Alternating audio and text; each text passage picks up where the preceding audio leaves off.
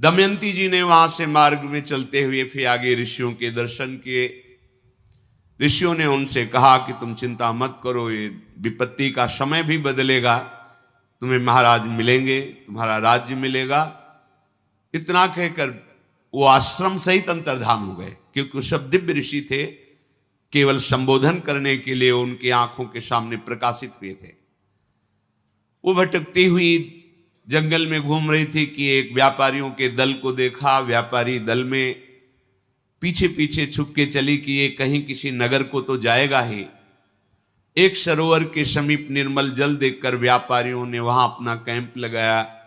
रात्रि में जंगली हाथियों के द्वारा आक्रमण होने पर बहुत से व्यापारी नष्ट हो गए। उन व्यापारियों ने विचार किया कोई अमंगल प्राणी हमारे साथ है जिससे ऐसा अनिष्ट हुआ। जब ये बात सुनी तो दमयंती जी वहां से चल पड़ी कि मैं ही यहाँ पीछे पीछे चल रही हूं, अगर इनको पता चलेगा तो हमारी प्राण हानि कर देंगे। आगे चलकर देखा तो कुछ ब्राह्मण लोग नगर की तरफ जा रहे थे, उनके पीछे चली। विदर्भ देश में प्रवेश किया। वहां की राजमाता महल से देख रही थी कि एक विक्षिप्त स्त्री जो बड़ी ही सुंदर सुशील नवयुवती है, कुछ लोग पीछे उनके लगे हुए कंकड़ मार रहे हैं, उनको लग रहा है पागल है, क्योंकि वो शोक से ऐसी व्याकुल थी। राजमाता ने कहा कि मेरा पता नहीं स्वाभाविक क्यों आकर्षण हो रहा है, इस युवती को महल में बुलाया जाए। आदर के साथ उनको जब सामने दासियों ने ला करके प्रणाम करवाया तो राजमाता ने पूछा, देखने से तुम ऐसा नहीं लगती हो कि विक्षिप्त हो या कोई विशेष परिस्थिति में फंसी हुई हो? तुम्हारा मुख कमल ऐसा अनुभव कराता है कि तुम तेजस्विनी हो और कोई देवी हो। तो उनका नहीं, महाराज नल द्यूत कीड़ा में हार चुके हैं और दमयंती सहित वन में चले गए हैं और मैं उन्हीं के महल में सुखपूर्वक निवास करती थी। ये नहीं बताया मैं दमयंती हूं, उन्हीं की सेवा में थी। अब जब वो चले गए तो मेरा कोई आश्रय नहीं बचा। अगर राजमाता आप कृपा करें मुझे आश्रय दे दे तो आपका बहुत उपकार होगा, पर मेरा नियम है, मैं एक पतिव्रता हूं, किसी के चरण नहीं धोऊंगी, किसी का जूठन नहीं खाऊंगी, किसी पुरुष से संभाषण नहीं करूंगी, केवल ब्रह्म ऋषियों से बात कर सकती हूं। अगर इन नियमों की आप सुरक्षा कर सके तो मैं आपके यहां रह पाऊंगी। राजमाता ने स्वीकृति दे दी और कहा जैसे मेरी बेटी सुनंदा रहती है ऐसे तुम बेटी की तरह हो, कोई भय नहीं यहां। इधर महाराज नल बड़े ही व्याकुल होकर के कि ये विपत्ति कैसे नष्ट होगी, जंगल में भ्रमण कर रहे थे। उसी समय आवाज आई, पुण्य श्लोक धर्मात्मा महाराज नल मेरी रक्षा कीजिए, रक्षा कीजिए। जिधर आवाज आ रही थी उधर वो दौड़ के गए तो देखा दावानल लगा हुआ है, जंगल में भीषण आग फैली हुई और कोई आग की ज्वाला के बीच में पुकार रहा है। इन्होंने देवताओं को प्रसन्न किया था तो अग्नि भगवान ने वरदान दिया था कि कभी अग्नि की दाहिका शक्ति तुम्हें जलाएगी नहीं, अर्थात ज्वाला में तुम चंदन की तरह शीतल होते हुए जा सकते हो। वरुण देवता ने आशीर्वाद दिया था जहां तुम चाहोगे वहीं जल प्रकट हो जाएगा। बड़ी देवताओं की आराधना की थी तो अग्नि के प्रभाव से रहित उस ज्वाला में महाराज नल प्रवेश किए तो देखा बड़ा ही विशालकाय भयंकर करकोटक नाग कुंडली मारे बैठा हुआ है।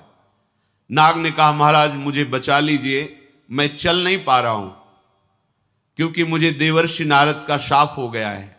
मैंने उपहास कर दिया देवर्षि नारद का। संतों का उपहास करना पुण्यनाशक होता है।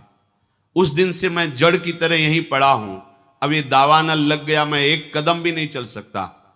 मैंने देवर्षि से प्रार्थना की थी कि मुझे क्षमा कर दो, तो उन्होंने कहा था जब महाराज नल तुम्हें दर्शन देंगे तो उसी समय तुम हमारे शाप से मुक्त हो जाओगे। तो आप मुझे उठा करके यहां से बाहर कीजिए, मैं शाप मुक्त भी हो जाऊंगा और तुम्हारा मंगल करूंगा।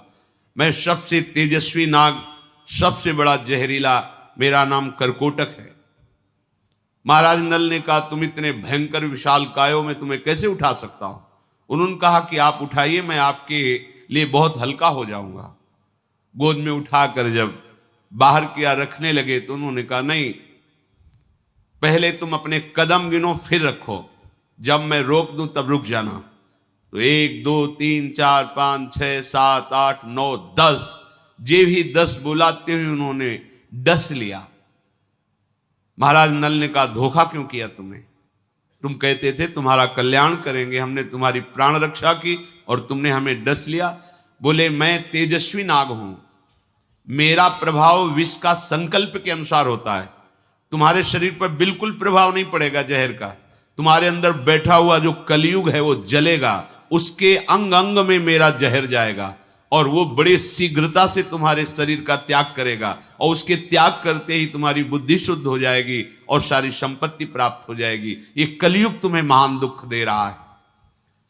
पर काटने के प्रभाव से उनका शरीर काला हो गया और नाटा हो गया। तो उनका ये क्या किया, मेरा नल रूप जो था वो तो अंतर्हित हो गया। बोले तुम्हारे काम में आएगा, क्योंकि शत्रु राजा तुम्हारा नाश कर देगा, इसलिए अब तुम्हें कोई पहचान नहीं पाएगा। आज से तुम्हारा नाम बाहुक होगा, तुम अपने को बाहुक कहना।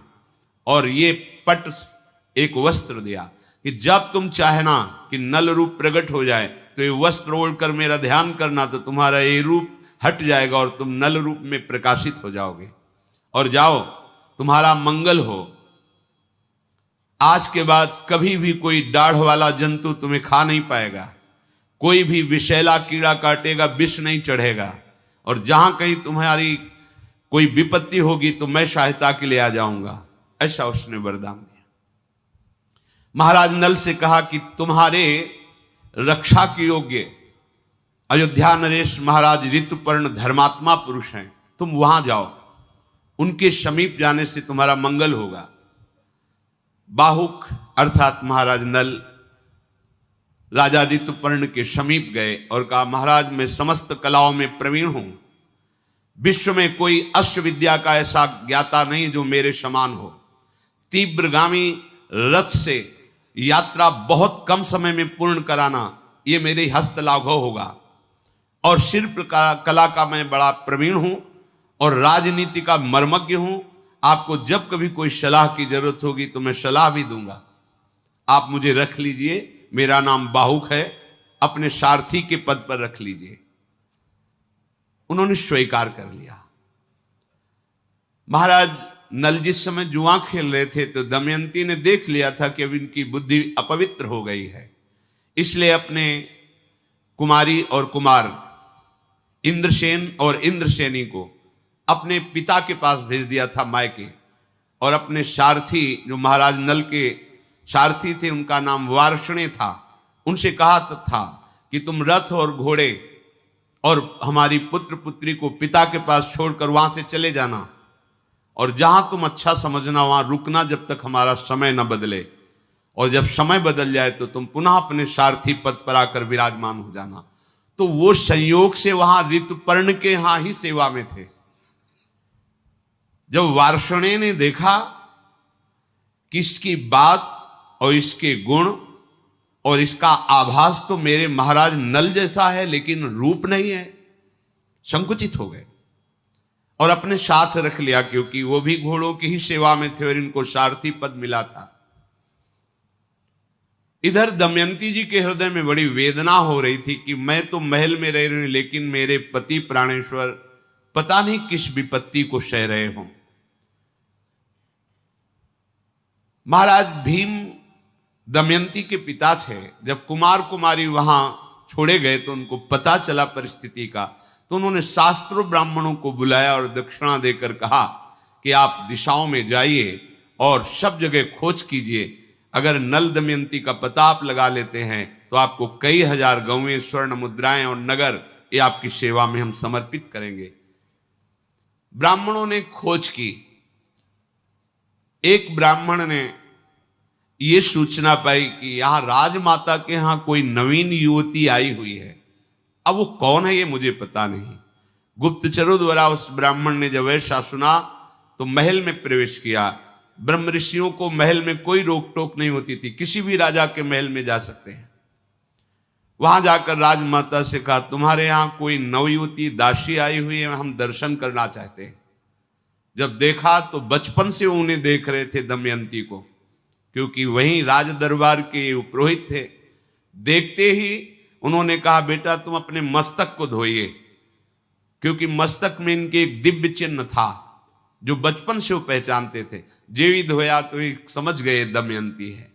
राजमाता से कहा, ये कोई दासी या शैलेंद्री नहीं है, ये महाराज पुण्य श्लोक नल की पत्नी महारानी दमयंती है, और ये भीम राजकुमारी हैं जो बड़े पराक्रम से युक्त है।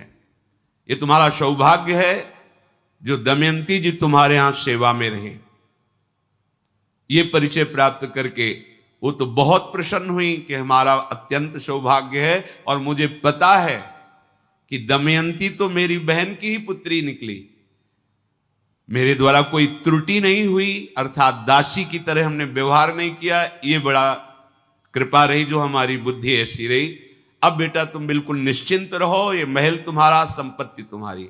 उन्होंने कहा, नहीं, अब हमें अपने पिता के पास जाना है, क्योंकि मुझे महाराज नल की खोज करनी है। ब्राह्मण के साथ पिता के पास पहुंचे। पिता ने उन्हें बड़ा आदर सत्कार किया। दमयंती जी ने अपनी माता के समीप जाकर अपने हृदय की बात कही और कहा कि हम चाहते हैं कि कुछ गुप्त रूप से ब्राह्मण भेजे जाएं, जिनको मैं श्लोक सिखाऊंगी, और हर सभा में, हर नगर में जाके श्लोक का गायन करें। ब्राह्मण जन जाकर सभा में या नगर की गलियों में वो श्लोक गाते। जब कोई उत्तर नहीं मिलता तो और नगर में चले जाते। ऐसे ही ब्राह्मण अयोध्या पहुंचे और ऋतुपर्ण की सभा में जब श्लोक गाया तो वहीं बैठे हुए बाहुक रूप में महाराज नल थे। सभा से बाहर निकले और एकांत में उस ब्राह्मण से मिले, उस श्लोक का उत्तर दिया। दमयंती ने कहा था, जो शब्द बोले जाएं वैसे ही शब्द हमारे सामने कहा जाए, मिलावट ना की जाए। संदेश वाहक को इतना चतुर होना चाहिए कि शब्दों में अपनी मिलावट नहीं होनी चाहिए, नहीं भाव बदल जाएगा। जो संदेश दिया जाए, जिन शब्दों से दिया जाए, ठीक केवल उतना ही शब्द बोलना चाहिए। अपनी मिलावट की तो फिर भाव बदल जाएगा। इसलिए ब्राह्मणों से कहा था, जैसे शब्द बोले जाएं वही बोलना आके। ब्राह्मण लोग आए और बताया दमयंती से कि राज चिन्ह तो कोई नहीं दिखाई दे रहा था। वो महाराज ऋतुपर्ण के सारथी हैं, काला शरीर है, नाटा स्वरूप है, पर उन्होंने उत्तर में आपके श्लोक का यही दिया था कि कोई भी पतिव्रता पत्नी अपने पति पर दोष नहीं करती। ऐसी परिस्थिति थी दुखद, उस दुखद परिस्थिति में तुम दुख ना भोगो, इसलिए उसने तुम्हारा त्याग किया था। देख लो, वो तुम्हारे जीने के लिए, अन्न प्राप्त करने के लिए अपने अधो वस्त्र को भी स्वर्ण पंखों से युक्त पक्षियों को पकड़ने की चेष्टा की, तो वो पंख धारण करने वाले पक्षी वो कपड़ा भी लेकर उड़ गए। ये बात केवल महाराज नल जानते थे। दमयंती जी ने कहा, निश्चित महाराज नल ही हैं, दूसरा कोई नहीं, पर रूप क्यों नहीं है ये मुझे पता नहीं, क्योंकि ये हमारे और महाराज नल के बीच का संवाद केवल महाराज नल जानते हैं। दमयंती ने अपनी माता से कहा, मैं एक गुप्त कार्य करना चाहती हूं जिसे महाराज पिता भीमसेन भी ना जान पाए और कोई नगर का एक भी नागरिक ना जान पाए। माता ने सहयोग दिया। दमयंती जी ने कुछ ब्राह्मणों को भेजा कि केवल महाराज अयोध्या नरेश ऋतुपर्ण से जाकर कहो कि दमयंती ने वरण करने के लिए दूसरा स्वयंवर रचा है। बहुत से राजा और राजकुमार आए हैं, आपका भी निमंत्रण है, पर वो बड़ी शीघ्रता से स्वयंवर रचा है, इसलिए समय नहीं है, सुबह ही स्वयंवर है, ऐसा बोलना जाके। ब्राह्मणों ने ऐसा ही किया। ऋतुपर्ण जी ने दमयंती का स्वरूप, सौंदर्य, महिमा सुनी थी। उन्होंने कहा कि कोई हमें सुबह तक पहुंचा ही नहीं पाएगा, 100 योजन अयोध्या से दूर है, कैसे कुंडनपुर में हमें सुबह तक कोई पहुंचा सकता है। तो सारथी बाहुक ने कहा, सुबह तो बहुत समय होता है महाराज, मैं संध्या होते होते आपको पहुंचा दूंगा। तो उनका बातें बनाने से नहीं होता।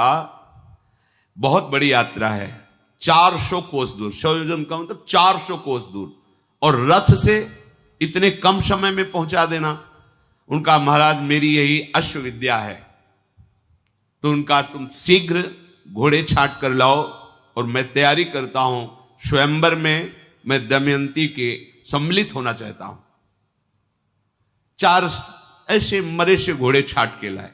उनका तुम्हारा दिमाग खराब है, ये घोड़े कहीं एक नगर से दूसरे नगर में नहीं जा सकते हो, तुम इतनी लंबी यात्रा। बोले हम पर विश्वास है, तो तुम्हारे राज परिवार के घोड़ों में ऐसे घोड़े हैं ही नहीं जैसे ये बलवान घोड़े हैं, तुम्हें निर्बल दिखाई देते हैं। आप आइए और रथ पर विराजिए। जे ही रथ पर वो विराजे, घोड़ों ने घुटने टेक दिया। उनको लगा कमजोरी के कारण। उन्होंने कहा देखो, जब मैं बैठा तो ये घोड़े घुटने टेक दिए, ये यात्रा करेंगे। बोले महाराज अब ये भूमि को प्रणाम करके भूमि का स्पर्श भी नहीं करेंगे, ये वायु वेग से चलने वाले घोड़े हैं और मैं इनकी परीक्षा करके इनको जांच करके लाया हूं। ऐसा ही किया, रथ पर विराजमान हुए, चल पड़े।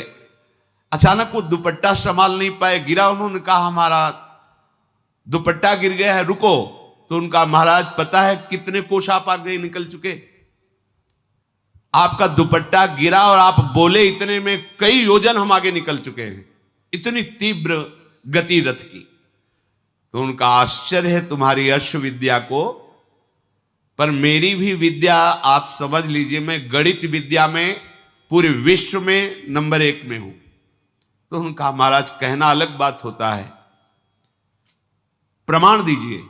ऐसे चलते हुए कहा, यह बहेड़े का वृक्ष है, इसमें जितने ऊपर पत्ते लगे हुए हैं उससे 102 पत्ते नीचे ज्यादा गिरे हुए हैं। एक डाल में इतने फल, इतने पत्ते, इतने पुष्प हैं। रथ रोक दिया और कहा मैं गणना करके ही प्रमाणित मानूंगा। तो उनका अगर इसकी गणना में लगोगे तो स्वयंवर में नहीं पहुंच। बोले आप निश्चिंत रहिए। देखा एक डाल काट करके जितने पत्ते बोले थे उतने ही पत्ते, उतने ही फल, उतने ही पुष्प। उनका महाराज आपकी गणित लाजवाब है। तो उनका गणित ही नहीं, मैं द्यूत कीड़ा का भी महारथी हूं, मैं तुम्हें द्यूत कीड़ा भी बताऊंगा और तुम मुझे अश्व विद्या बता देना। इतने में कलयुग शरीर से बाहर निकला और महाराज नल को प्रणाम किया और कहा आप क्षमा कर दीजिए, मैं करकोटक के विष से जलते हुए अब नहीं रह सकता, इसलिए मैं निकला हूं। अगर तुम क्षमा कर दोगे तो विष का शमन हो जाएगा। और मैं ये वचन देता हूं कि जो तुम्हारे चरित्र को सुनेगा मैं कभी उसको कोई दुख विपत्ति नहीं दूंगा। कलयुग ने ऐसा कहा। महाराज नल ने कि हमारे प्रारब्ध का ही विधान था, इसमें तुम्हारा क्या दोष। कलयुग बहेड़े के वृक्ष में समा गया और वो रथ हाँक करके कुंडनपुर पहुंचे। वहां देखा तो कोई स्वयंवर का कहीं कोई चिन्ह भी नहीं, कोई राजा नहीं, कोई राजकुमार नहीं, कोई हलचल नहीं। तो ऋतुपर्ण बड़े ही विद्वान राजा थे। मन में हुआ कि ऐसा क्यों ब्राह्मण लोग मिथ्या भाषण नहीं करते। तो ये हमारे यहां जाके बोले कि स्वयंवर है, यहां तो कोई रचना नहीं। जे ही महाराज भीम ने सुना कि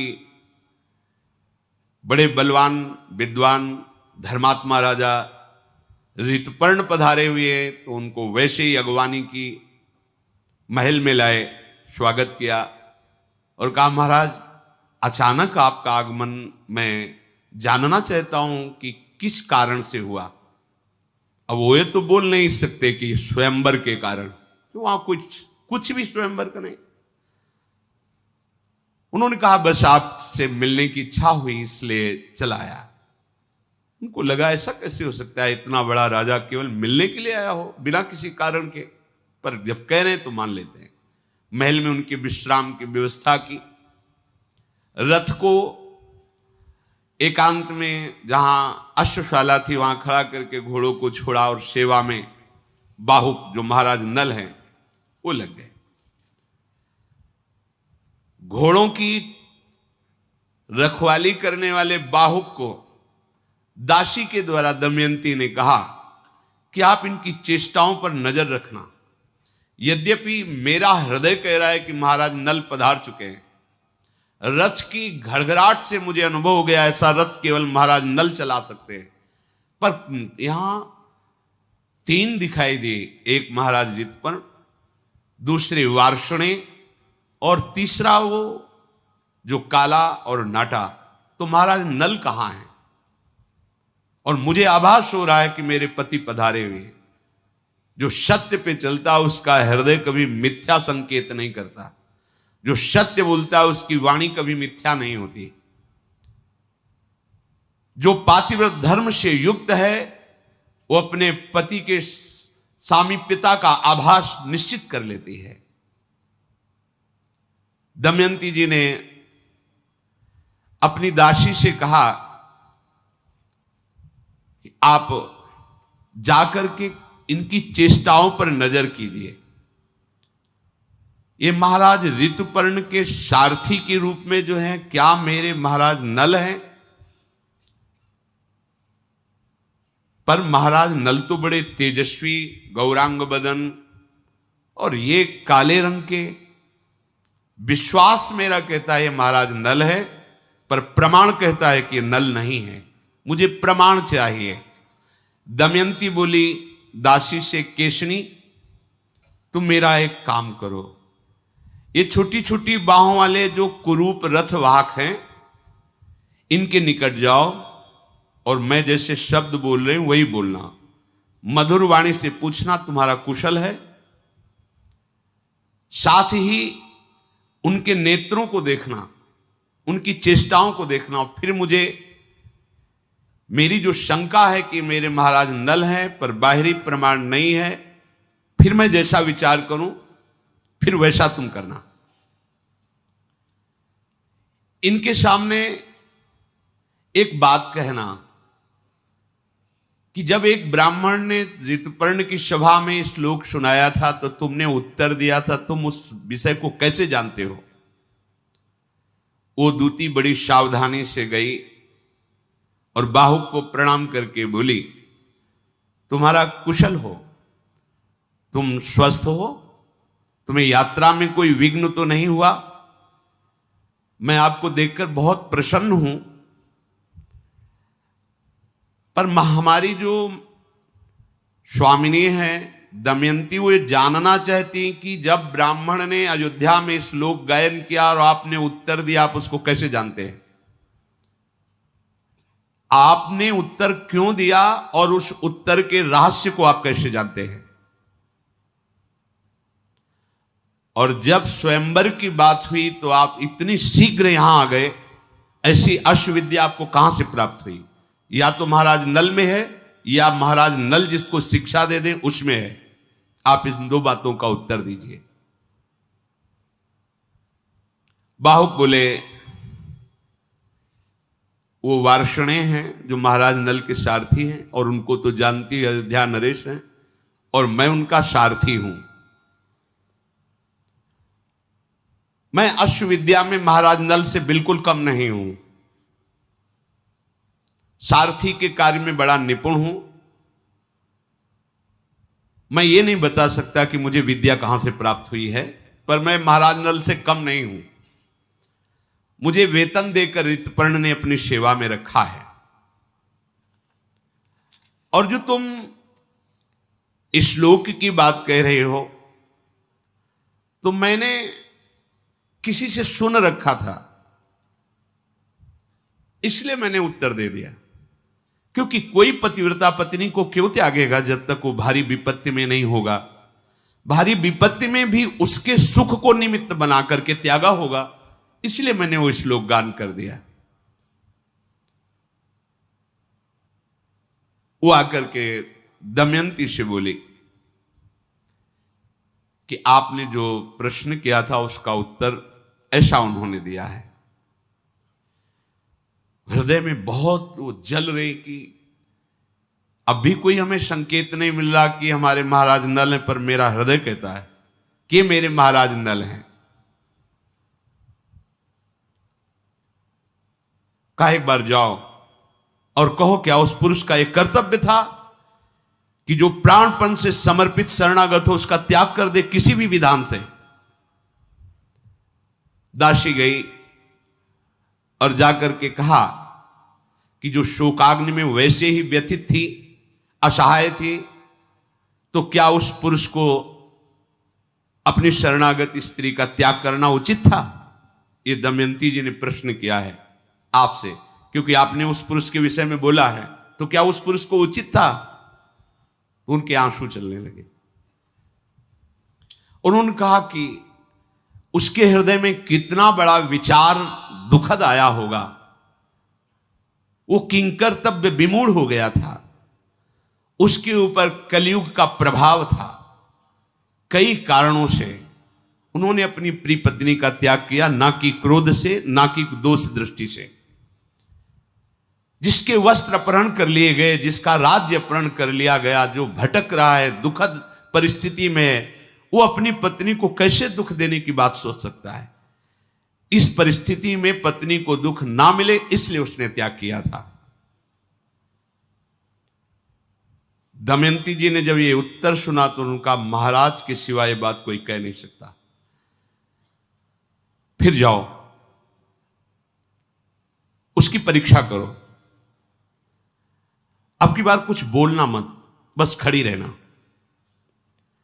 जब वो कोई कार्य करे तो उसके कार्य पर दृष्टि रखना। उनको बोलो कि हमारे यहां कोई भूखा नहीं रह सकता, तुम आए हो, थक गए हो, भोजन पाइए, पर सब कच्चा लेके जाना, कुछ भी पका नहीं होना चाहिए। और जब वो पकाएं तब तुम थोड़ा सा निकाल कर मेरे पास ले आना, और उनकी पकाने की विधि को देखना। वो आग्रह करें तो भी उनको जल और अग्नि, ये दो की सुविधा मत देना। तुम्हें जो जो लक्षण दिखाई दे वो अक्षरशः मेरे से आके कहना। दमयंती के ऐसे कहने पर उनकी दासी केशनी वहां गई और बाहुक से कहा कि हमारे यहां भूखा कोई नहीं रह सकता, महाराज तो महल में पा रहे हैं, आप स्वयं बना लीजिए। कुछ फल और कुछ रांधने की वस्तुएं जो भोजन में, वो रखी और कहा आप स्वयं अपने अनुकूल बना लीजिए, आपको कैसा अनुकूल पड़ता है वो आप अपने अनुकूल बना लीजिए। पात्र रख दिए, भोजन रख दिया, ना किसी पात्र में जल, ना कोई अग्नि। बाहुक ने ऐसे पात्रों को स्पर्श किया, जल भर गया, क्योंकि वरुण देव का आशीर्वाद था, तुम जैसे ही जल का चिंतन करोगे वहीं जल प्रकट हो जाएगा। खाद्य पदार्थों को धो करके और जे ही चढ़ाया और अग्नि का चिंतन किया तो अग्नि प्रकट हो गई। बिना कोई लकड़ी ईंधन के अग्नि स्वयं प्रकाशित हो रही है। इन चेष्टाओं को देखा, आश्चर्यचकित हो गई, और वो अपने हाथ से अग्नि को संभाल रहे हैं। हाथ में कोई अग्नि जल नहीं, क्योंकि उनका वरदान था, जितना जल चाहिए उतना ही जल प्रकट हो जाता था। आश्चर्यजनक बात कि उनके हाथ में जो फूल स्पर्श हो जाए कभी मुरझाएगा नहीं, मसल दे तो भी फूल मसलेगा नहीं, और सुगंधित और खिल जाएगा। पुण्यात्मा पुरुष थे। ये अद्भुत लक्षण देख करके उस शीघ्रता पूर्वक आई और दमयंती जी से कहा कि बाहुक की ये चेष्टाएं हमने देखी है। उनकी चेष्टाओं में दमयंती जी ने पूरे महाराज नल की शक्ति को देखा कि ये पावर तो केवल महाराज नल को प्राप्त है। उनका एक और परीक्षा करो, उनके पकाए हुए भोजन को लाओ, क्योंकि धर्मराज ने आशीर्वाद दिया था उस भोजन में अमृत का स्वाद मिलेगा। चारों देवता, देवराज इंद्र, अग्नि, वायु और धर्मराज, ये चारों बहुत प्रसन्न थे महाराज नल पर। बातचीत में लगाकर चतुर्दासी ने थोड़ा सा भोजन निकाला और वो दमयंती को जाके दिया। दमयंती ने जे ही पाया उनका पक्का पक्का ये महाराज नल हैं। अब मुझे पूर्ण विश्वास हो गया, कोई संशय नहीं, ये महाराज नल हैं। और वो व्याकुल होकर के रोने लगे। किसने से कहा है इंद्रसेनी और इंद्रसेन कुमार कुमारी को ले जाओ, उनके समीप जाओ, देखो उन बच्चों के साथ कैसी चेष्टा करते हैं। इंद्रसेना और इंद्रसेनी को जो ही समीप ले गए, महाराज नल जो बाहुक रूप में थे, कई वर्षों बाद अपने बच्चों को दौड़ पड़े, दोनों बच्चों से लिपट करके बहुत जोर जोर से रोने लगे।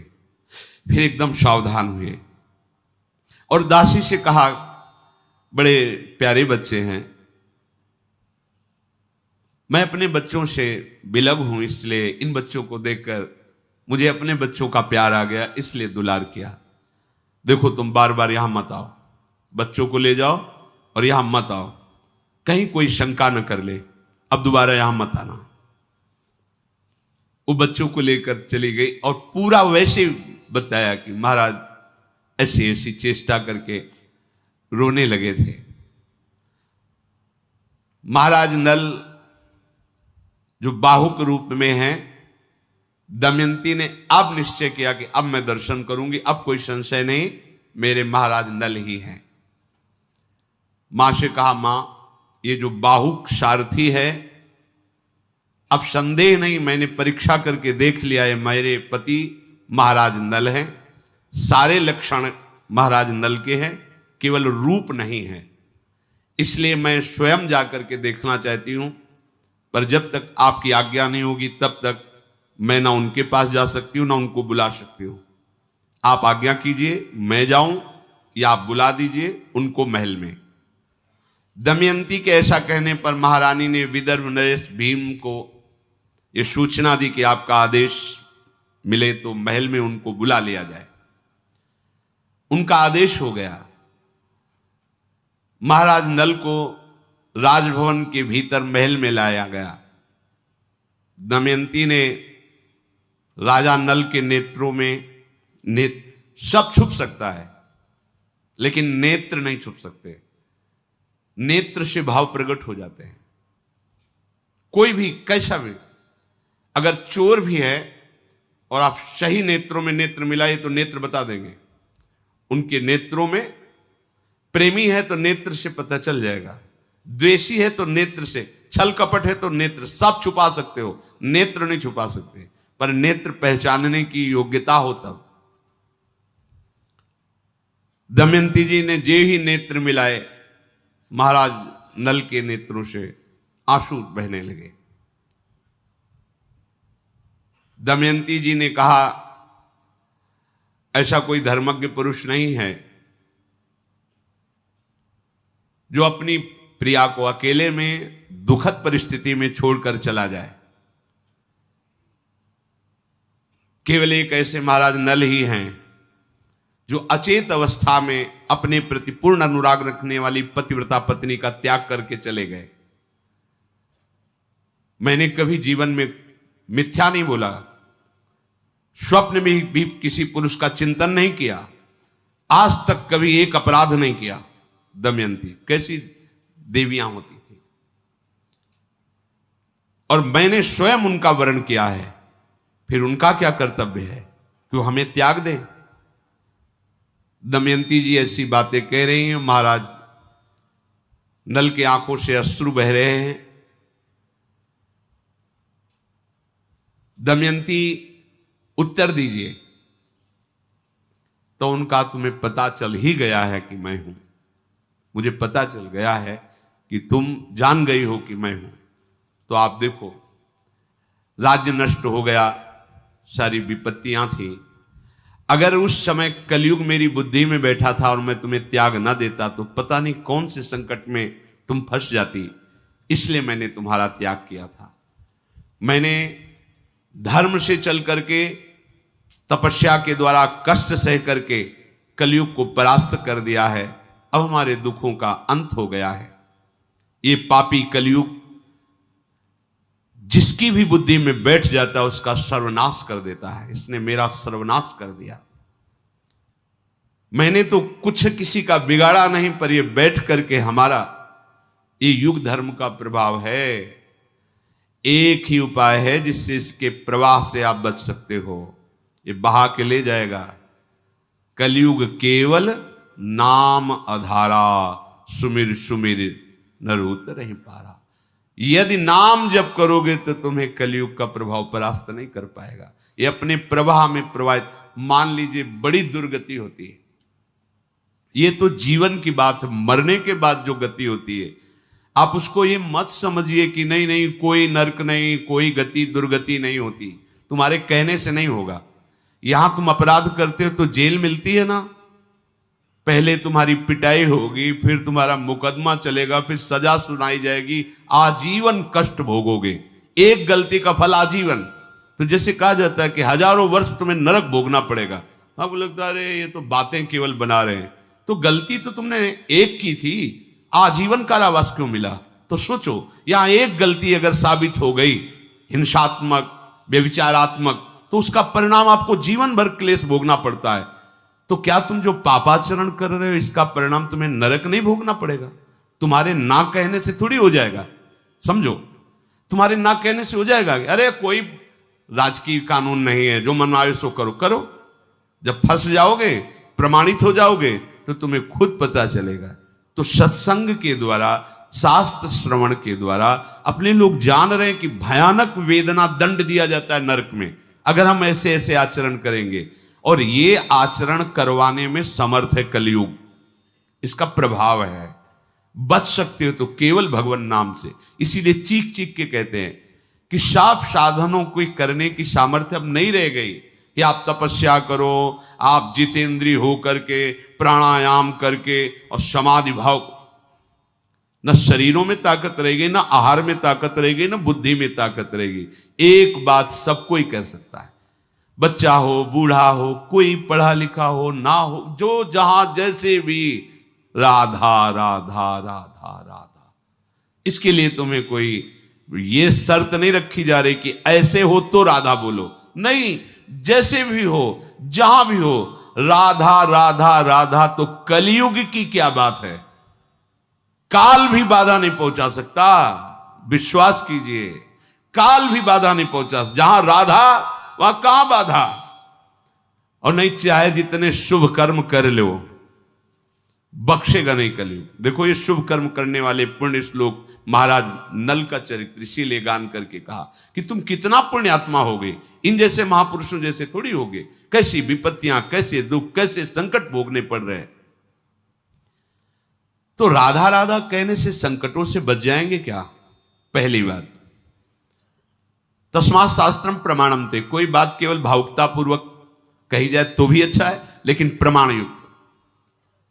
हित सजनी स्वरूपा महाप्रभु हरिवंश चंद्रजू महाराज कह रहे, अनुल्लिख्यानंतानपि तदप राधान मधुपतिर महाप्रेमा विष्टम तो परम देयम विमृशति तवैकम श्री राधे गृणत इह नामामृत रसम महिम्नः कः सीमाम स्पृशति तौ दास्यैक मनसाम। कि जिसने केवल इतना सीख लिया है, राधा राधा राधा, तो लालजू ही महाराज संपूर्ण न्यायाधीशों का न्यायाधीश है, सुप्रीम पावर लालजू महाराज है। सब मुकदमा हो गया, फांसी की सजा सुना दी गई, लेकिन राष्ट्रपति ने क्षमा कर दिया तो खत्म खेल। ऐसे ही महान पापी हो, महान अपराध किया है, लेकिन भगवान श्री कृष्ण ने तुम्हें क्षमा कर दिया। अहम त्वाम सर्व पापेभ्यो मोक्षयिष्यामि मा शुचा, खत्म खेल। तो हित सजनी स्वरूपा हरिवंश महाप्रभु कह रहे, अनुल्लिख्यानंतानपि तदपराधान मधुपतिर। चूक की बात नहीं कह रहे, अपराध की बात कह रहे। कितने बोले? अनंत। यदि तुम राधा राधा राधा राधा ऐसा रट रहे हो, तो इस नाम के प्रताप को जानने वाले श्री कृष्ण चंद्रजू तुम्हारे पूर्व के सारे पाप नष्ट कर देंगे और आगे के लिखेंगे नहीं। अनुल्लिख्यानंतानपि तदपराधान मद। फिर महाप्रेम से युक्त होकर विचार करते हैं कि इसने राधा नाम लिया है, क्या दें? तो ये माईक वस्तुएं राधा नाम के बराबर थोड़ी हो सकती है।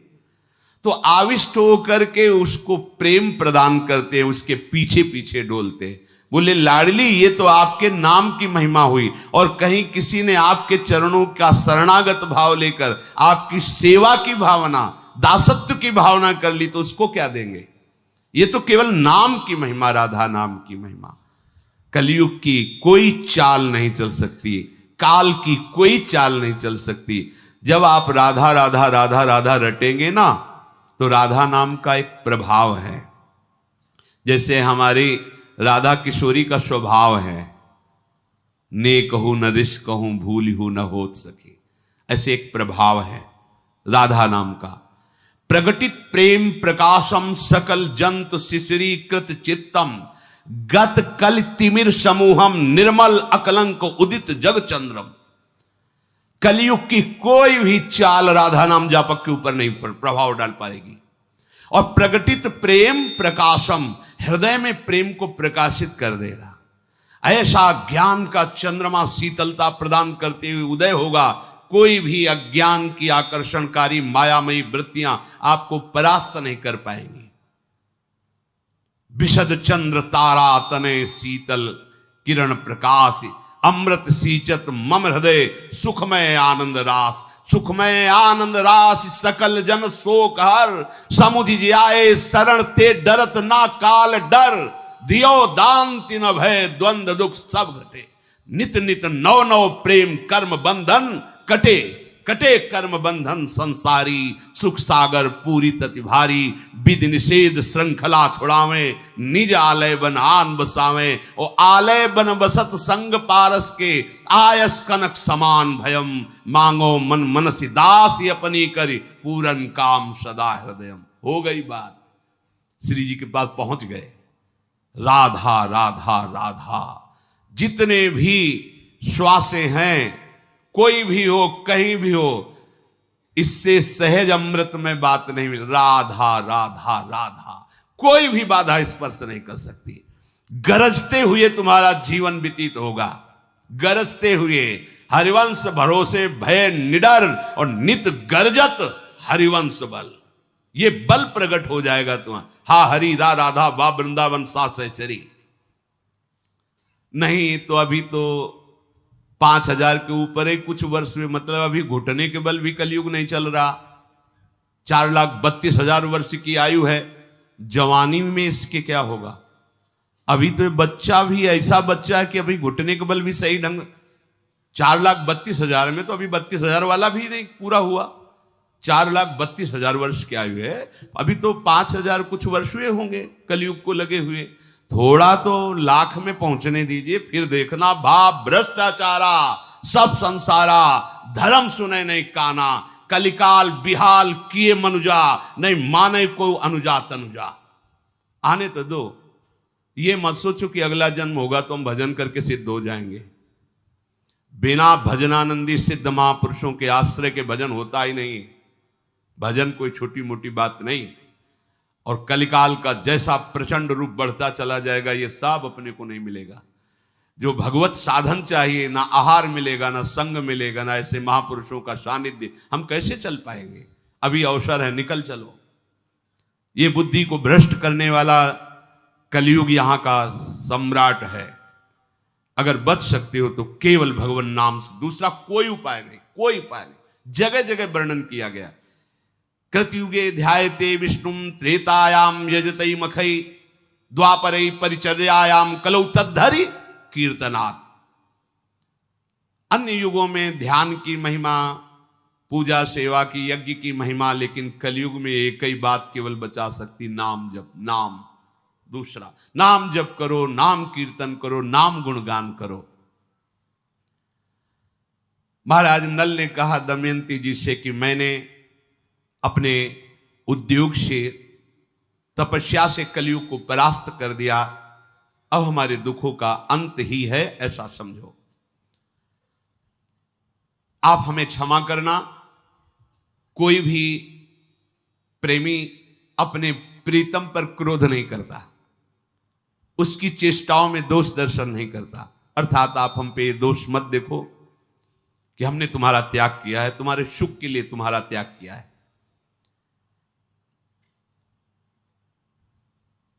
ये जो तुमने पूरे देश में फैलाया कि तुम दूसरा स्वयंवर करना चाहते हो, ये बात मुझे नहीं पची। महाराज नल ने कहा क्या ऐसे पवित्र हृदय वाले को दूसरा स्वयंवर करने की बात भी सोचनी चाहिए? ये बात सुन करके दमयंती जी कांप गई।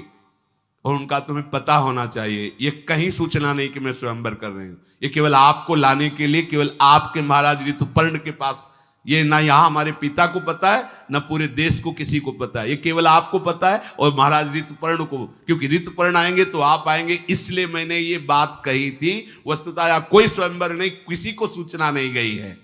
ये योजना केवल आपके दर्शन के लिए हमने की थी कि आपको हम कैसे ढूंढ निकालें। मैं अच्छी तरह जानती हूं कि इस जगत में पातिव्रत धर्म का पालन कैसे किया जाता है। अगर आपको थोड़ा भी संशय हो तो जिन देवताओं की आपने आराधना की वही देवता मेरे भी हैं। मैं उन देवताओं से प्रार्थना करती हूं, मैं सत्य हूं, पवित्र हूं, मन वचन कर्म से कभी किसी पुरुष का भी चिंतन नहीं किया, तो प्रकट होकर साक्षी दे कि मैं पवित्र हूं।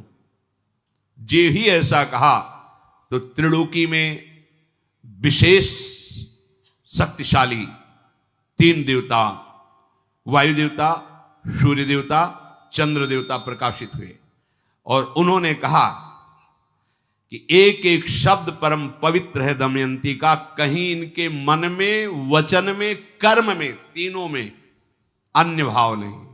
उत्तम के बस असमन माही, सपन हुआन पुरुष।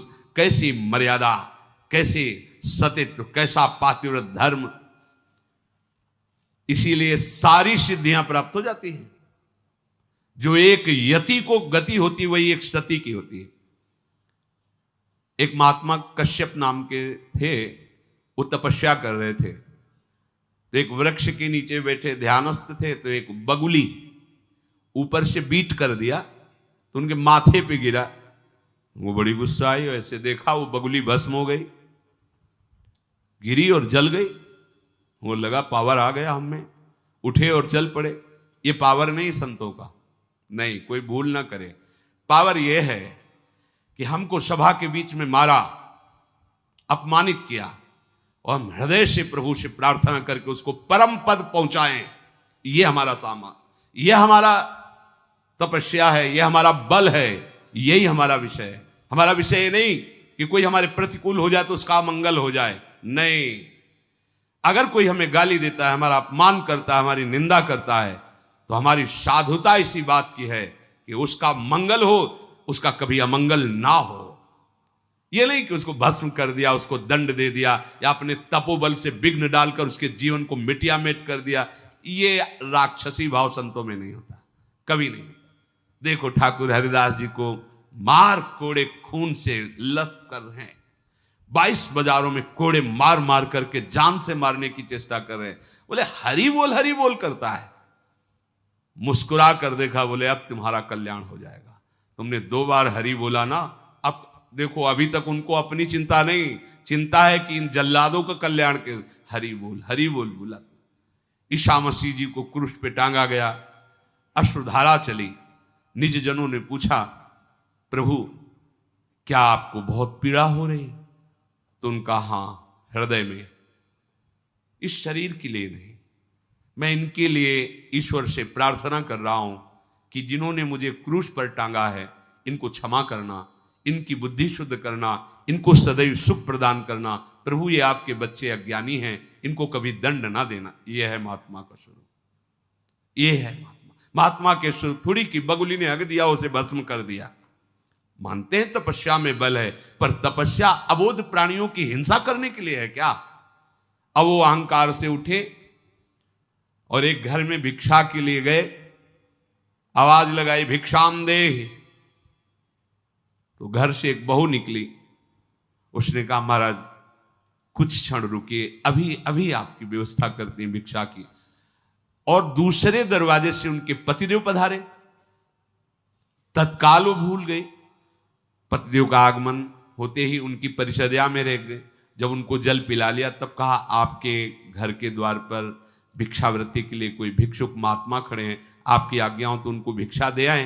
उनका अवश्य अवश्य, अगर आप पहले बता देती तो आप पहले ही चली जाती। उनका नहीं, हमारा पहला कर्तव्य है आपकी सेवा करना। वो आपके भवन में आए, इसलिए आपसे आदेश की आवश्यकता है। नजदीक गए तो बहुत गुस्सा हुए वो, क्योंकि बगुली को जला चुके थे ना। इतना विलंब कैसे हुआ? तो उनका, महाराज मैं एक पतिव्रता हूं, मेरे लिए मेरे पति से बढ़कर कोई नहीं है। अगर आपको भिक्षा देने आई तो उनके भवन में आप आए, इसलिए मेरा आपके प्रति आदर भाव पति के भवन में आने के कारण है। और मेरे पति पधारे तो मैं उनके स्वागत में उनको बैठाया, जल पिलाया, फिर आदेश लेकर। तो मुझे जानती नहीं हो? तो जानती हूं। वो पेड़ की बगुली मत समझ लेना। उस देवी ने कहा, वो पेड़ की बगुली मत समझ लेना कि तुम गुस्सा से देखोगे भस्म हो जाओ। अभी तुम बच्चे हो, अभी तुम्हें पता ही नहीं तपस्या किसे कहते, धर्म किसे कहते। एक अबोध प्राणी को भस्म करके तुम अपने को सिद्ध समझ। होश उड़ गए उनके, क्योंकि वहां कोई था नहीं। अब तो घबरा गए, हाथ जोड़ा और कहा, देवी तुम तो एक घर की बहू हो, श्रृंगार की हुई, ना कोई तपस्या, ना तुम कैसे जानती हो? बोले, मुझे तीनों कालों का ज्ञान है, केवल अपने पति की आराधना करने पर। मैं अपने पति को भगवान मानती हूं, मन वचन कर्म से उनकी सेवा में रहती हूं, कभी मिथ्या छल कपट नहीं करती, इसलिए मुझे पूरा तीनों काल का ज्ञान है। क्या हुआ है, क्या हो रहा है, क्या होगा, तीनों का ज्ञान है। अभी तुम अबोध हो, तुम्हें ज्ञान की आवश्यकता है। कहां जाऊं? बोले, जाओ, एक व्याध है, उन व्याध के पास जाओ, वो तुम्हें बताएंगे कि ज्ञान किसे कहते हैं। व्याध हमें ज्ञान देगा? ब्रह्म ऋषि हो? बोले, जाओ। तो तुम वहां गए तो शुरू था, कितने किलो चाहिए? बोले, आधा किलो। बोले, ये ज्ञान देगा? और चलने लगे। तो उनका, सुनो सुनो महाराज, वो पतिव्रता ने भेजा है ना, थोड़ी देर रुको, ग्राहक निपटा ले, फिर आपसे बात करते हैं। बिना फोन का। बोले, बताओ। हम तो यहाँ त्रिकाल स्नान करते हैं, प्राणायाम, संध्या, गायत्री, तप, और ये मांस वेश्या इसको पता है? जब तो बोले, मुझे बड़ा आश्चर्य हो रहा, आपको कैसे सिद्धि प्राप्त हुई? बोले, मैं अपने माता पिता को भगवान मानता हूं, आठों पहर उनकी सेवा करता हूं, व्याध कुल में जन्मा हूं, इसलिए कुल का कर्म करता हूं, कोई हिंसा नहीं करता हूं, कोई झूठ छल कपट नहीं करता हूं। घर ले गए तो सिंहासन में बूढ़े माता पिता थे, साष्टांग प्रणाम किया और दिखाया कि मैं आठों पैर जैसे भगवान की सेवा की जाती है, अपने माता पिता की सेवा करता हूं, इनको मैं अपना भगवान मानता हूं, इसलिए मुझे तीनों काल का ज्ञान प्राप्त हो गया। जैसे पुंडरीक जी अपने माता पिता को भगवान मान, तो विट्ठल भगवान उनके दर्शन देने के लिए आए थे। अगर हम अपने धर्म से युक्त हैं तो धर्म का बड़ा प्रताप होता है। दमयंती जी ने कहा, मेरी पवित्रता को प्रमाणित करने के लिए तीनों देवता प्रकाशित हो गए, सूर्य, चंद्र, वायु, महाबली वायु, और कहा, मैं प्रमाण देता हूं, साक्षी हूं। क्योंकि सूर्य चंद्र क्यों प्रकट हुए? रात्रि में भगवान चंद्र की साक्षी रहते, दिन में भगवान सूर्य, और दिन रात्रि दोनों के साक्षी वायु देवता होते हैं। वायु के बिना जी नहीं सकता कोई, इसलिए प्रधान तीन देवता प्रकट हुए और कहा, आज तक मन वचन कर्म से दमयंती जी ने कभी किसी और का चिंतन ही नहीं किया। अंतरिक्ष लोक में वायु देवता, चंद्र देवता और सूर्य देवता ने कहा कि दमयंती पूर्ण निष्पाप है, जीवन में कभी पापाचरण नहीं। कैसे महाभागवत जन है।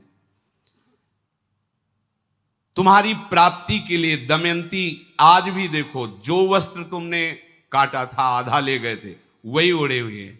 जल से केवल पवित्र हो जाती थी, कभी उट्टन लगा के स्नान नहीं किया, कभी श्रृंगार नहीं किया, कभी आभूषण धारण नहीं किए। दमयंती परम पवित्र है, आप बिना किसी प्रश्न के इनको स्वीकार करें। दमयंती जी को महाराज नल ने हृदय से लगाया और कहा कि अब तुम बाहु के हृदय से नहीं लगी हो।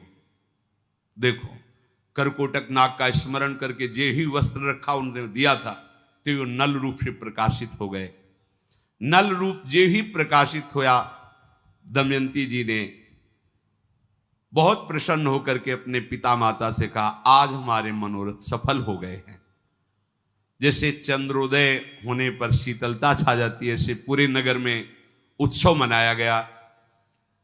दमयंती के माता पिता ने बड़ी सेवा की दोनों की, इसलिए फिर उन्होंने अनुमति मांगी कि अब मुझे अपने राज्य जाना है।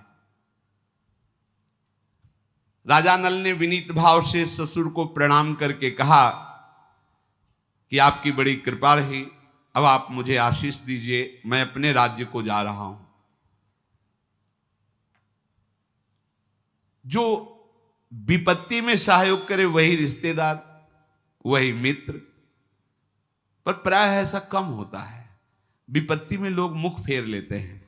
कोई बिरला ही जो धर्मात्मा पुरुष भगवत भाव वाला हो वही सहयोग करता है। नहीं, विपत्ति में फंसे हुए को चाहे जितना सगा संबंधी हो, हमने देखा है, भ्रमण के समय देखा है, जीवन में देखा है, प्रभु के सिवा कोई साथ देने वाला नहीं दिखाई देता। जब ये पता चलता है ना कि ये किसी काम का हमारे नहीं रह गया, तो कोई प्यार नहीं करता, कोई साथ नहीं देता। और ये तब तक समझ में नहीं आता जब तक विपत्ति नहीं आती। इसलिए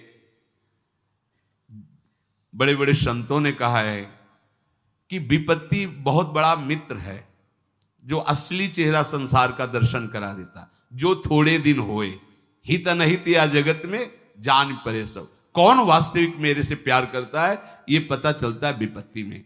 महाराज, आपने विपत्ति में मेरा सहयोग किया। आपने जो सहयोग किया उसका थोड़ा सा और आप सहयोग कीजिए कि मेरे को कुछ संपत्ति दीजिए, क्योंकि मैं अपने राज्य को वापस लाने के लिए एक बार जुआ फिर खेलूंगा जाके। तो बहुत से अश्व, 16,000 बलवान हाथियों को स्वर्ण से आभूषित करके, 600 पैदल सैनिक और 150 सुंदर स्वर्ण जटित रथ महाराज नल को दिए। बड़ी स्वर्ण अशरफियां आप जाइए। हमारा राजा नल अपनी सब वैभव के साथ अपनी राजधानी में गए और पुष्कर से कहा कि आओ, हमने संपत्ति एकत्रित कर ली, अब जुआ होगा। तुमने छल के द्वारा मुझे हराया था, अब मैं धर्म के द्वारा तुमसे विजय प्राप्त करूंगा। उसने कहा महाराज बड़ी बड़ी बातें मत करो, अभी तो सब कुछ हार के गए थे। खेल तब होगा जब इस दांव में दमयंती को भी लगाओगे आप। महाराज नल ने कहा दमयंती मेरे प्राण संपत्ति सब एक दांव में, और तेरे प्राण और राजधानी, राज परिकर, राज खजाना एक दांव में। एक ही बार का पासा पड़ेगा। मैं अपने प्राणों सहित दमयंती, पूरा वैभव तुम्हारा, चाहे मार देना या सुरक्षित रखना ये तुम्हारे ऊपर बात। तुम्हारे प्राण, तुम्हारा राज्य, खजाना, ये सब मेरा, एक दांव, जो जीते। अब तो पूरी सभा में जो दबे हुए महाराज नल के वफादार जन थे, सब हां खेलना पड़ेगा इसे, क्योंकि ये धर्म कहता हुआ है कि जो हारा है वो कभी भी आकर ललकारे तो उसको दांव देना चाहिए, खेल खेलना चाहिए। ये धर्म का विषय है। पुष्कर, आओ तुम अब हमारे सामने।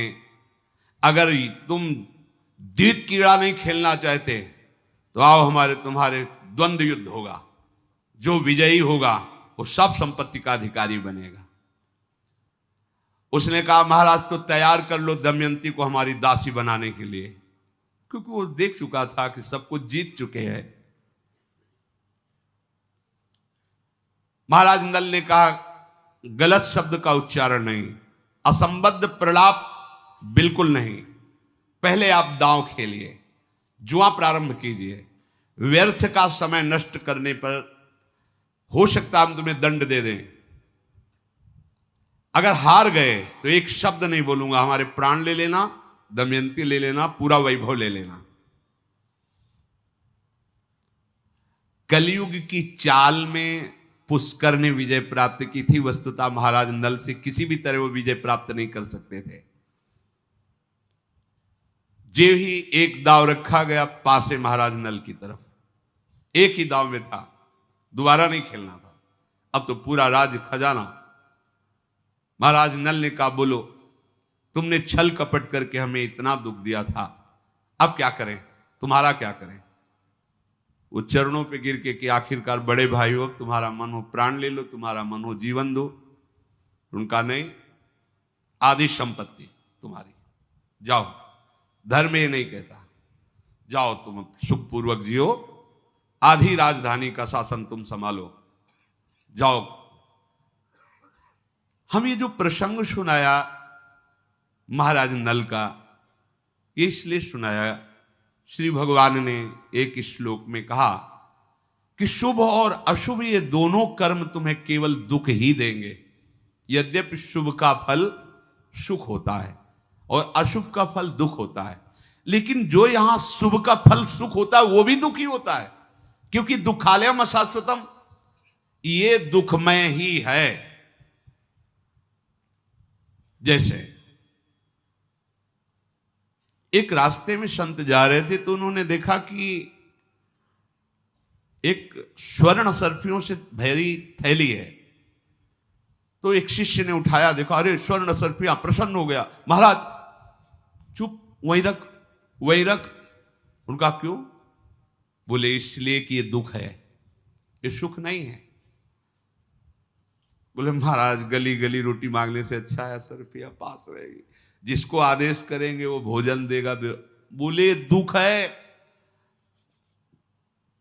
प्रायः श्रद्धावान पुरुष ही गुरु के वचनों पर विश्वास करते हैं, क्योंकि गुरु दूर की देख के कह रहे हो, तुम नजदीक की देख के कह रहे हो, तो तुम्हें नजदीक में लगता है क्या संकट है? ये बावराईपन तो है कि मिली हुई संपत्ति का त्याग कर रहे हैं, कह रहे नहीं चाहिए, और अभी हमको कहेंगे कि जाओ गांव से रोटी मांग के लाओ। ये क्या है? गुरुजनों की बात पर यदि विश्वास होगा तो परिणाम में आप समझोगे, मार्ग में हो सकता है आप ना समझ पाओ। उन्होंने शिष्य से कहा, तुम देखना चाहते हो कैसी विपत्ति है ये, कैसा दुख है ये? बोले प्रभु मुझे तो सुख ही नजर आ रहा है, इसमें क्या दुख नजर आ रहा है? बोले छुप जाओ झाड़ियों में, थोड़ी देर नाम जप करते हुए देखना ये कैसी विपत्ति है। 4 घोड़सवार निकले वहां से, उन्होंने देखा थैली, उतरे, अरे उसमें स्वर्ण सर्फिया है। बोले यार तो फिर तो आनंद आ गया, अब हम यहीं रुकते हैं, आज यहीं खान पान होगा। सुनो तुम जाओ बाजार और अच्छे अच्छे पदार्थ लाओ, कुछ पेय पदार्थ लाओ, खाया पिया जाए, फिर यहां से चले गए। बोले 2 लोग रुको, 2 लोग जाओ। 2-3 सर्फियां उससे ले ली, ढेर सारी सर्फियां, 2 लोग, उनके पास अस्त्र शस्त्र भी थे। वो गए लेने, दोनों ने विचार किया ये 4 हिस्से लगेंगे, अगर 2 लगे तो कैसा रहेगा? बोले बढ़िया, वो ऐसा करते हैं जहर मिला देते, उनके भोजन हम लोग पा लेते, कह देंगे हम लोग तो पाया है, आपके लिए लाए हैं, दोनों में जहर मिला देते हो, दोनों पाएंगे, मरेंगे, आधा आधा हो जाएगा। बोले पक्का। ऐसा ही किया, उसमें हलाल जहर मिला दिया। इधर दोनों बोल रहे कि अगर 2 हिस्से लगे तो कैसा रहेगा? बोले बढ़िया रहे। बोले आते ही सूट कर देना, वो कर देंगे, ठीक। वो भोजन में 2 के लिए जहर मिला के ला रहे मारने के लिए, और इन दोनों ने आते ही दोनों को गोली ठोक दी। दोनों उधर मर गए, नजदीक गए, बोले अभी तो मरी गए हैं, भोजन पा लेते हैं फिर आराम से चलते हैं। बढ़िया पेय पदार्थ और भोजन पाया, दोनों वहां मर गए। गुरु ने कहा देखा, चारों मर गए। देखा, ये है विपत्ति, और ये जब तक पड़ी रहेगी कितनों की जान ले लेगी। ऐसे ही हम लोग जिसे सुख समझते हैं वही हमारी दुर्गति का कारण बना हुआ है, क्योंकि भगवान ने इसका नाम दुखालयम रखा है, तो सुख कैसे हो सकता है? इस दुखालय में शुभ अशुभ कर्मों के परिणाम से तुम्हारा मंगल नहीं होने वाला। कैसे मंगल होगा? बोले चित्तस्य ही प्रसादेन हंति कर्म शुभाशुभम प्रसन्नात्मात्मनि स्थित्वा सुखमानन्त्यमश्नुते। जब कोई मनुष्य अपने चित्त को प्रभु के चरणों में, उनके नाम में लगाता है, उसका हृदय पवित्र होने लगता है और उसके शुभ और अशुभ दोनों कर्म नष्ट हो जाते हैं। ये बात महामहिमामयी है, इसके सामने कोई बात नहीं। चित्तस्य ही प्रसादेन हंति कर्म शुभाशुभम। अशुभ कर्मों को तो हम बाधा समझते हैं और शुभ कर्मों को नहीं समझते। नहीं, बिल्कुल वैसे ही शुभ कर्म बाधा है जैसे अशुभ कर्म है। अशुभ कर्म लोहे की जंजीर है, शुभ कर्म सोने की जंजीर है। तो सोने की जंजीर में खंभा में बांध दिया जाए, चाहे लोहे की जंजीर में, बात तो दुख तो दोनों में है। कैसे नष्ट होंगे शुभ अशुभ कर्म? जिसका चित्त प्रभु से जुड़ गया है तो प्रसादेन हृदय में प्रसन्नता जागृत होती, पवित्रता जागृत होती है। और भगवत भजन हंति कर्म शुभाशुभम, शुभ अशुभ कर्म का नाश कर देता है। ये बात पकड़ो भाई। आप जहां भी जाते हैं, जहां भी किसी संत महात्मा के पास, किसी तीर्थ में, किसी भगवत विग्रह के दर्शन हेतु, या कहीं किसी डॉक्टर या किसी झाड़ फूक, कहीं भी एक ही उद्देश्य होता है, दुख की निवृत्ति हो जाए। आप सच्ची मानो, कहीं भी जाओ, अगर आपका चित्त भगवान से विमुख है तो शंकर सहस विष्णु अजतो ही सकहि न राखि राम कर द्रोही। विश्वास कर लो, वही तुम्हारा सर्वनाश कर देंगे। भगवान से अपने चित्त को जोड़े बिना तुम्हें कहीं शांति नहीं मिल सकती। कुछ भी करके देख लो, तुम्हारे शुभ अशुभ कर्म तुम्हें दंड देंगे ही। शुभ अशुभ कर्म से बचने का एकमात्र उपाय है प्रभु के चरणों का आश्रय लेकर नाम जप करना। हंति कर्म शुभाशुभम। आगे कह रहे, लक्षणम तू प्रसादस्य यथा तृप्तः सुखम स्वपेत, निवाते वा यथा दीपो दीपेत कुशल दीपितः। जैसे अच्छे अच्छे भोजन को पाकर तृप्त हुआ मनुष्य आराम से सोता है, ऐसे ही जब कोई खूब भजन करता है और उसके शुभ अशुभ नष्ट हो जाते हैं तो उसका मन चंचलता रहित होकर, कामना रहित होकर विश्राम को प्राप्त हो। पायो परम विश्राम राम समान प्रभु नाही को। इसी की चाह में भटक रहे हो, देश विदेश दौड़ भाग जितनी, मन विश्राम को प्राप्त हो जाए, आनंद युक्त हृदय हो जाए। और ये संसार के भोगों में, संसार के संग्रहों में हो ही नहीं सकता जब तक प्रभु का भजन नहीं करो। प्रभु का भजन करने से कैसा आनंद मिलता है, जैसे भूखा आदमी अच्छे अच्छे पदार्थ पाकर शीतल छाया में सो रहा हो, ऐसे ही हृदय में वो विश्राम, वो सुख मिलता है। व्यास भरोसे कुंवर के सोवत पाव पसार। वायु रहित स्थान में जैसे दीपक रख दो, बिल्कुल हिले डुले बिना वो लौ चलती रहती है। भजन तुम्हारा तभी परिपक्व माना जाएगा जब भरी सभा में, भीड़ में, बाजार में आपके मन की स्थिति प्रभु में कैसी हो, वायु रहित स्थान में रखे हुए दीपक के लौ की तरह। भजन की पूर्णता किसमें यहां बता रहे हैं, जब आपके मना स्थिति हो, जैसे वायु स्थान में दीपक रखा है, बिल्कुल एक तार लो जल रही, ऐसे एकदम अखंड तेल धारावत भगवत चिंतन चल रहा है। चाहे सभा में हो, चाहे एकांत में हो, चाहे बाजार में हो, चाहे निर्जन में हो। इसके लिए सबके लिए साधारण उपदेश है। ये साधारण शब्द इसलिए प्रयोग कर रहे हैं कि असाधारण भी साधना होती। जो असाधारण साधना होती है उसमें रात्रि के 1 या 2 के बीच में जग जाया जाता है। पूरी दिनचर्या, जैसे आप सब कृपा पात्रों की, श्री जी की कृपा से यही दिनचर्या चल रही।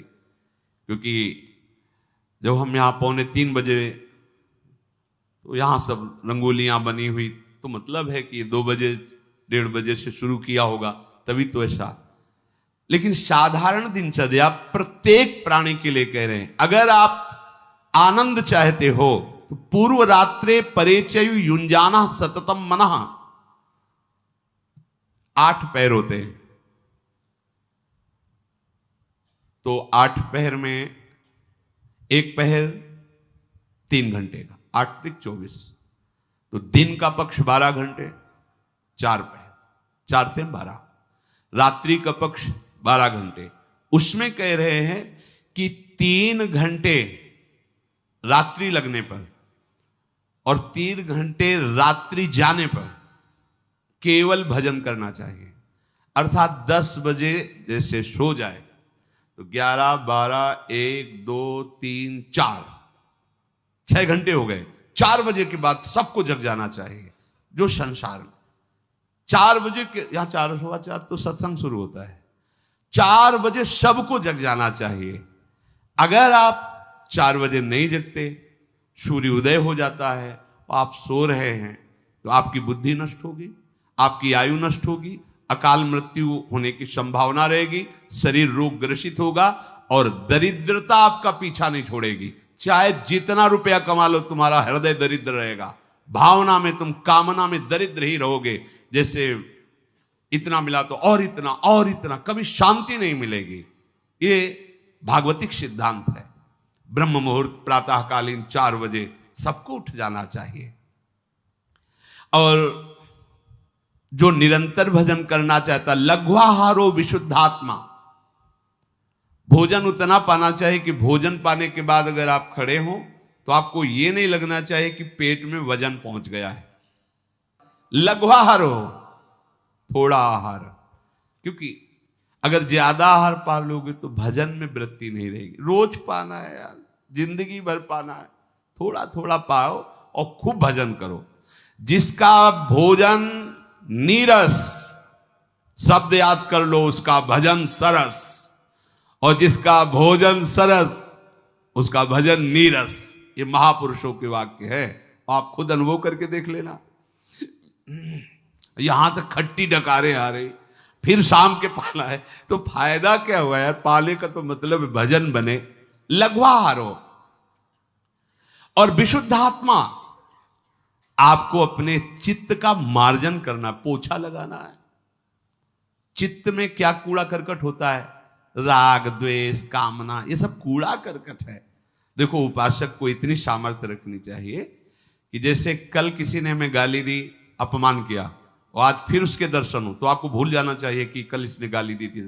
राधे श्याम, राधे श्याम। सब लगे ये क्या खोपड़ी है इसकी, कल तो गाली दिया था, आज उसको कोई फर्क नहीं, तो तुम्हारी साधना ठीक है।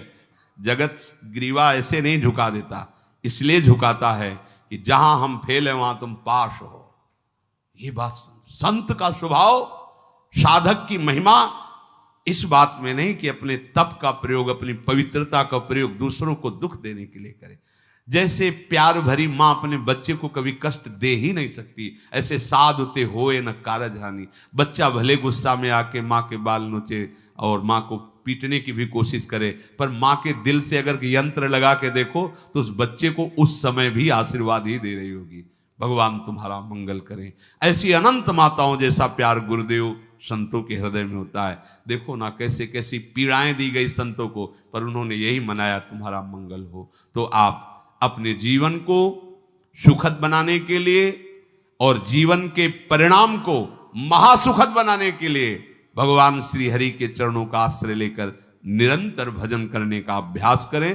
भगवान मंगल भवन है, सबका मंगल करेंगे, सबके दुखों को मिटाएंगे, सबके संकटों को मिटाएंगे। एकमात्र वही ऐसी सामर्थ्य रखते हैं, दूसरा कोई नहीं। श्री राधा वल्लभ लाल की।